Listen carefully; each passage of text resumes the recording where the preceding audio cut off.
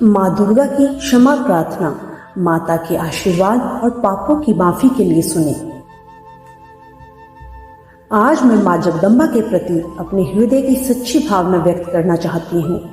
मैं ना तो मंत्रों में निपुण हूँ, न यंत्रों का ज्ञान रखती हूँ, न स्तुति और आवाहन की विधियां जानती हूँ। ध्यान, स्रोत या कथा की जानकारी भी मेरे पास नहीं है। मैं मुद्राएं भी नहीं जानती और व्याकुल होकर पूजा करना भी मेरे बस का नहीं। फिर भी हे जगदम्बे, मैं बस एक बात जानती हूँ, आपका अनुसरण करना, आपके चरणों के पीछे चलना, यही मार्ग सभी कलेशों और दुखों को हर लेने वाला है। माँ, मैं पूजा की विधि नहीं जानती, मेरे पास धन नहीं है और स्वभाव से भी मैं आलसी हूँ। इस कारण से सही तरीके से पूजा करना मेरे लिए संभव नहीं। फिर भी आपके चरणों की सेवा में जो त्रुटियां हुई हैं, कृपया क्षमा करें।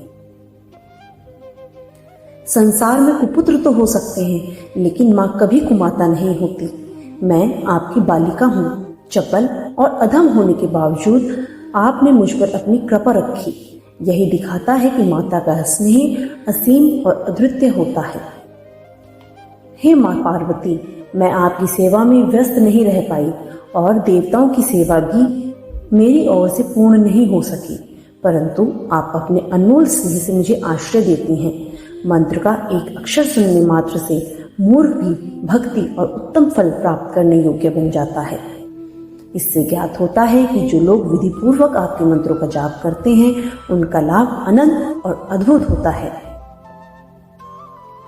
हे भवानी, जो अपने अंगों में भभूत धारण करते हैं, विष भी भोजन में लेते हैं, जिनके कंठ में नागराज वासुकी हैं, जिनके हाथ में कपाल भिक्षापात्र हैं, भूतनाथ और पशुपति जैसे महापुरुष भी आपके चरणों से प्राप्त महत्व के कारण जगत में प्रतिष्ठित हुए हैं।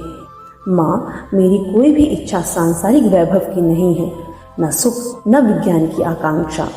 बस यही प्रार्थना है कि मेरा जीवन आपके नामों मृदानी, रुद्राणी, शिव, भवानी के जाप में बीते। मैं जानती हूँ कि विधि पूर्वक पूजा मेरे लिए संभव नहीं है, परंतु आप अपनी कृपा दृष्टि से मुझे आश्रय देती हैं। यही आपके दयालु स्वभाव का प्रमाण है।